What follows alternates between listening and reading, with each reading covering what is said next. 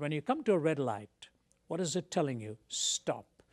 Now, some people might think it's telling them it's Christmas and they keep going, but it's actually to tell you to stop. Now, when you're at that stoplight and you're daydreaming a bit and you see the car in the next lane and you're wondering whether he's moving or you're moving, what is it you really do at that moment? Instinctively, you go for the brake because the light is red, you can't move. Now, when you are not sure after you put your foot on the brake whether you're moving or the other person is moving, what do you do next? You look out of the window, look for a tree or look for a building, that which is not supposed to move, and measure yourself by that. Now, that is the indicator of an absolute, something that is immovable. There's no absolute, there's no point of reference. That is precisely the moral framework. And there's one statement I will never forget from Auschwitz, walking through from room to room and seeing Hitler's statement outside the gas chambers, which said, I want to raise a generation of young people devoid of a conscience, imperious, relentless, and cruel. That, to me, is the logical outworking of relativism.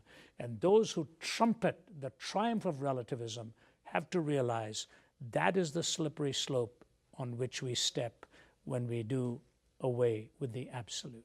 Yeah. And those of my fellow countrymen in India, the young people especially, will understand this very well. We are looking for meaning.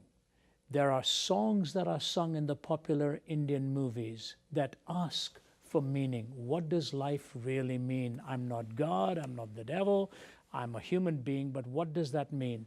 To find a coherent set of answers, John, to the existential questions of life, that's what brings meaning into my own soul. The Greeks would talk about it as sort of harmony.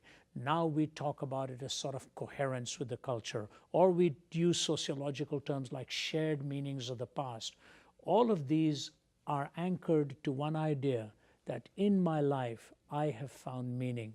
And to me, the irony is the most successful, even the most wealthy, will tell you they're still looking for it. Sort of Lee Iacocca, the tycoon from the days of automotive success in his life, he said, here I am in the twilight years of my life, still wondering what it's all about. I know this, he said, fortune and fame are for the birds.